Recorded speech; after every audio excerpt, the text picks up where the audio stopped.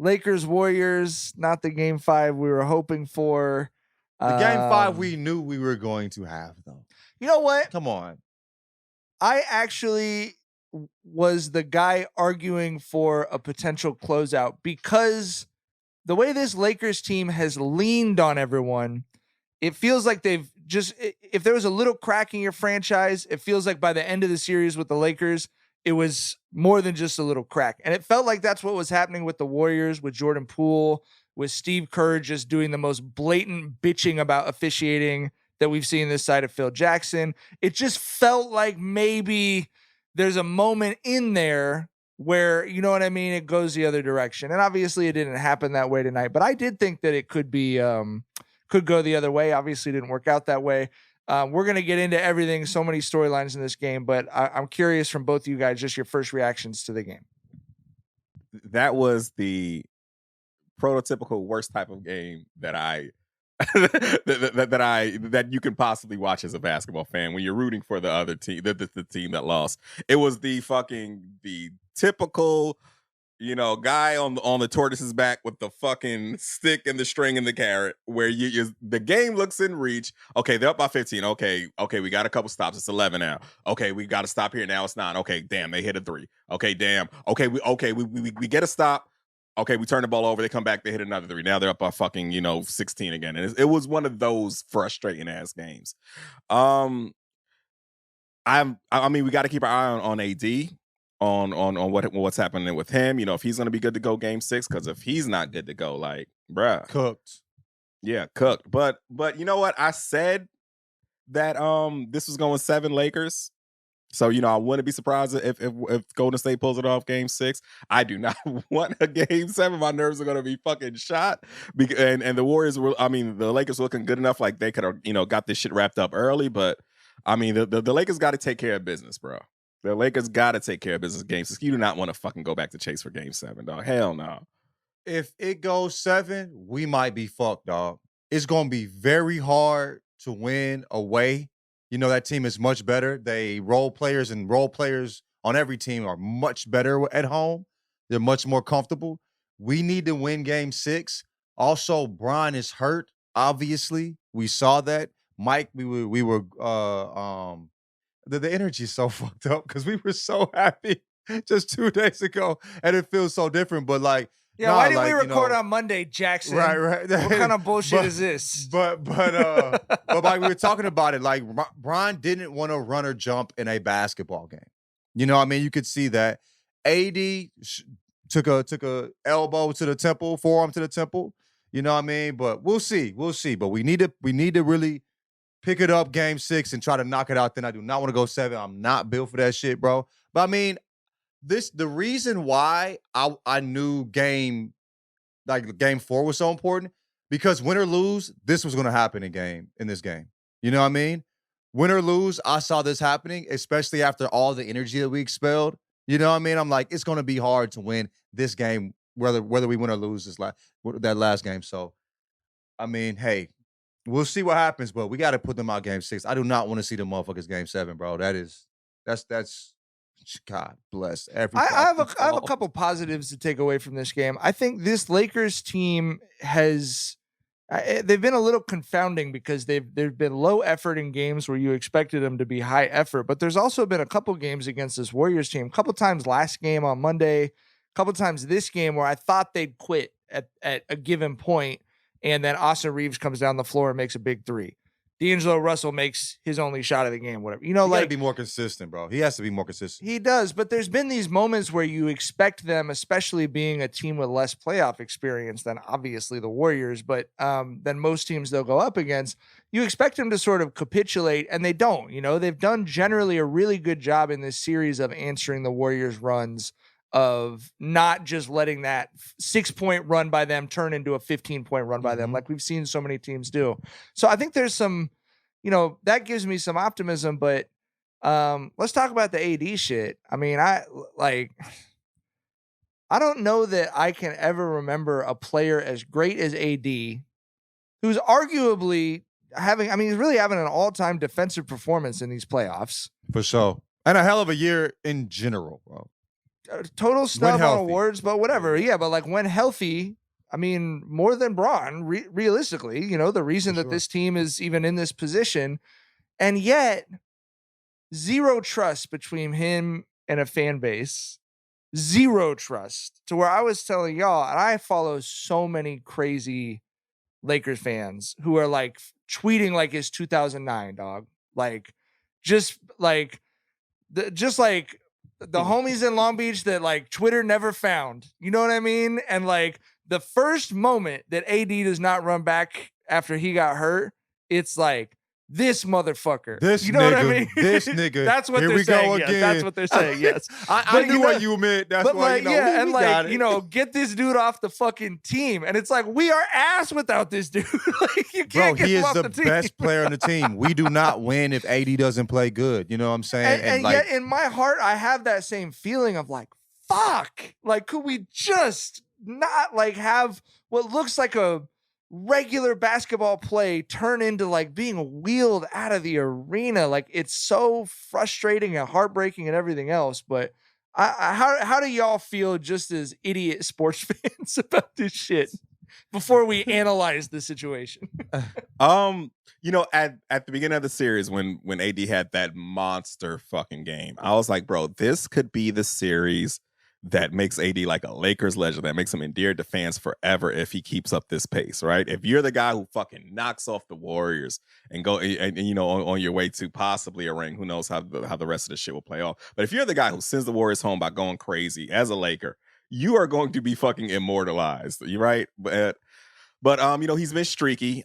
He was solid tonight. But I feel like you need great AD because we're not getting, elite Bron right now, right? So AD has to pick up the slack there.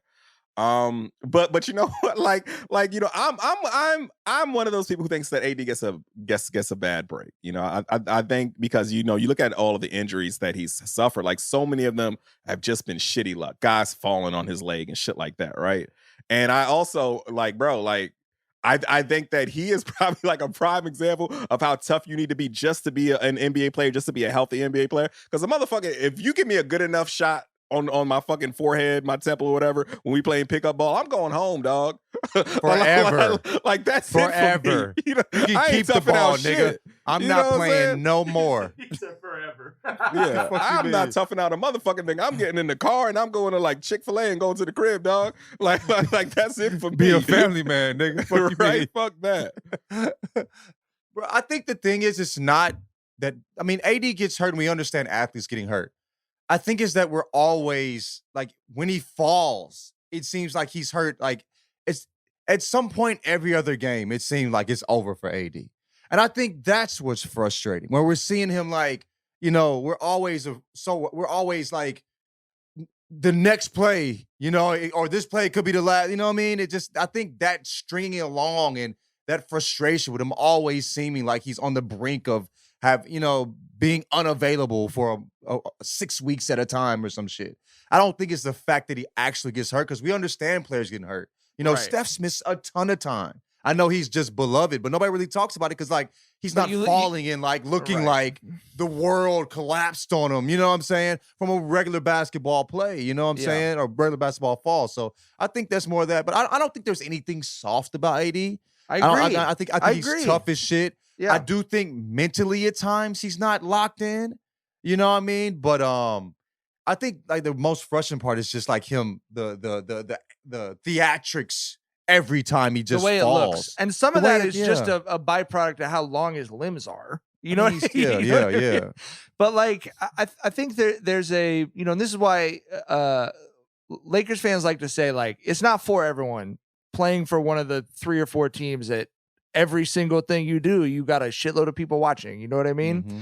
And it's not his fault that the expectation from Lakers fans, depending on their age, is that you're Kareem Abdul-Jabbar or Prime Shaq. Like, those are what the expectations are. And so, I mean, Pau Gasol, people don't necessarily remember this because it was kind of pre-social media. Pau Gasol got dogged the fuck out by Lakers fans constantly. Like he wasn't Pau, too. You know what I mean? Phil Jackson punched that man on his chest on national television. I saw it.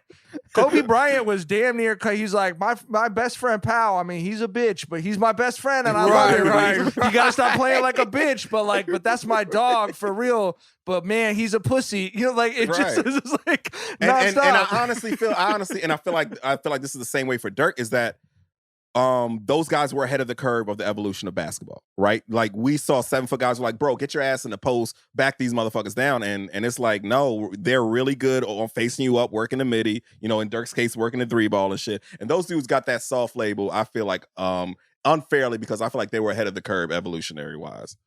Yeah. Calling a finesse white big soft is like a little bit like calling the white receivers deceptively fast. You know what I mean? It's just like we just think you're a bitch, bro. There's nothing you can do about it. All right. Let's talk about. There's more basketball shit to talk about. Before we get to it, Tyler, do we have a moral responsibility? Look, we're animal lovers on this show.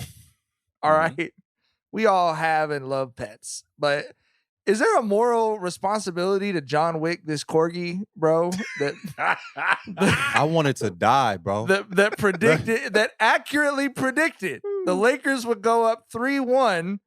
And then, so if you've not seen the video, there's a corgi that's bouncing basketballs from the top of the stairs into buckets for which team's going to win which game. And he predicted game by game, the Lakers would go up 3-1. And then he predicted that the Warriors would win the next 3 games. I want that adorable ass corgi to go to hell. I'm just gonna say that right now. No, but seriously, but bro, I was legit stressing about this shit. Then someone hit me up and was like, "Bro, this corgi picked TCU over Georgia," and I really breathed like a sigh of relief. Like, okay. I was like, okay, this dog is cute as hell and dumb as hell. We good, bro. We are straight. we are gonna be just fine. But if this shit really goes down like that corgi said, that is going to be the most fucking hated dog on social media, dog.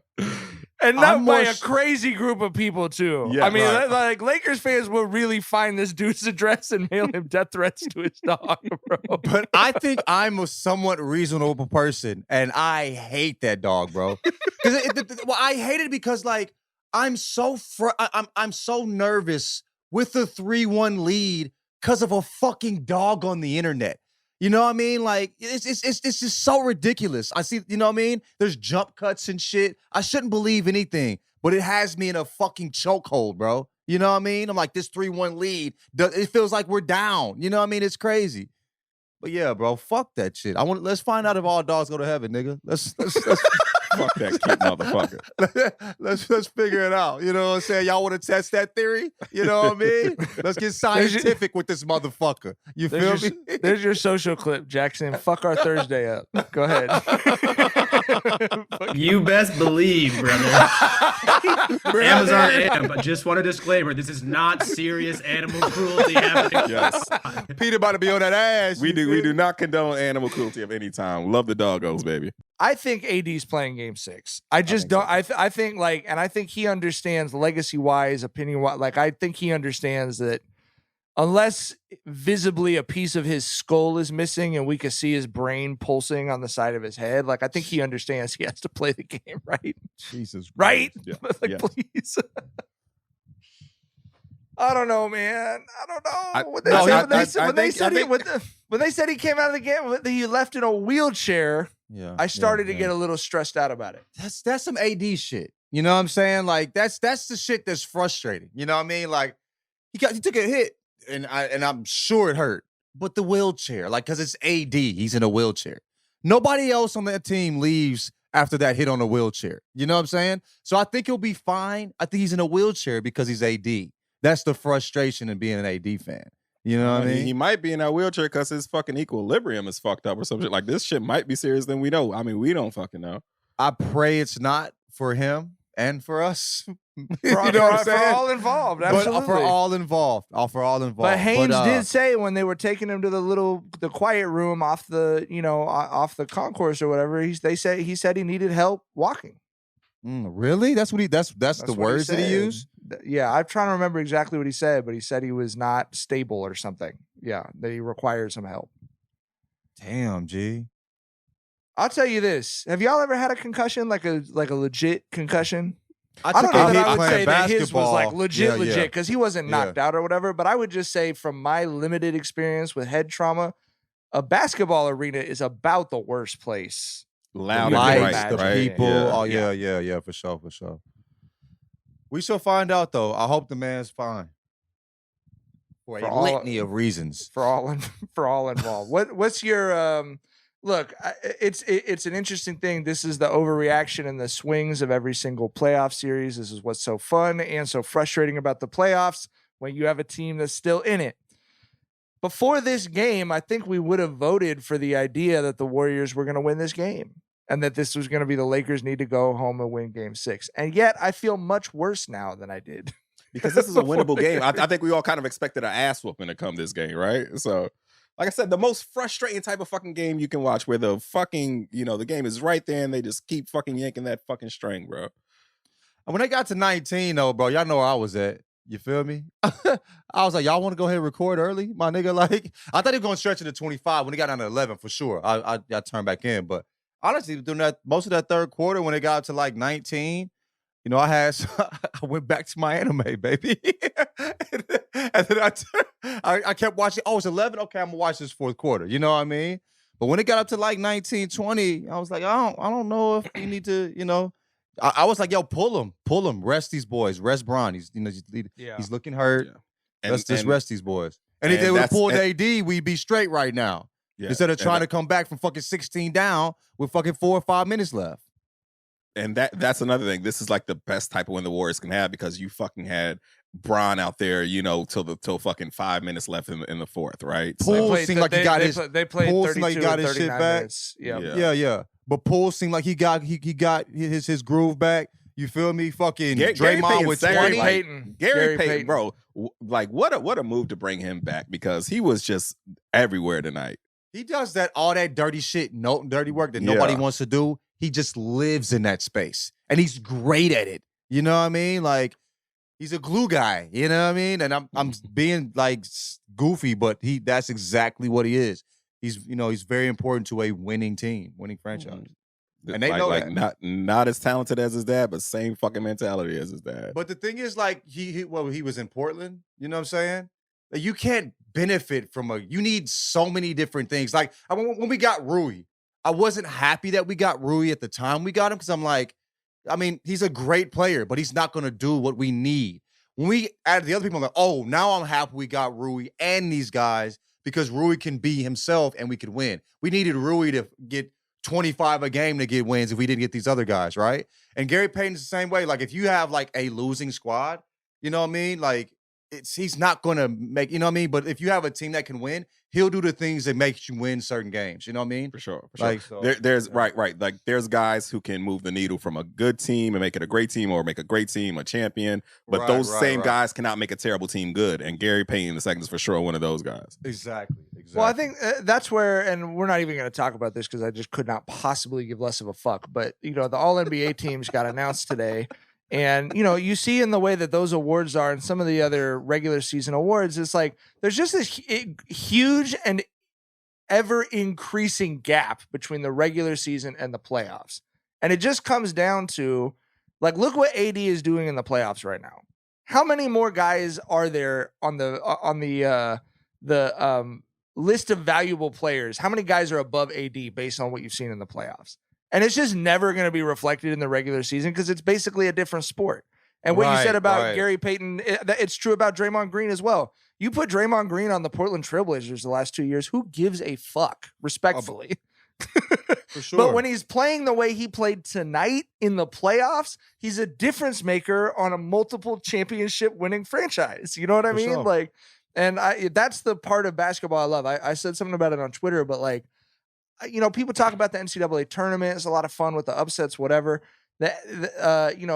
International soccer, you sort of get this, but it's one of the only places where you have the best athletes in the world, and next to them is a Lonnie Walker or a Landry Shamet who is just carving their fucking name in the cement of history. You know what I mean? And I love that about the playoffs. And you get it almost every night. a superhuman mega athlete and then a role player who's trying to fight for a contract or for pride or whatever. And like that is absolutely the fun of it, but it is so much more fun when you don't have a team in this shit because I am fucking miserable right now. All right.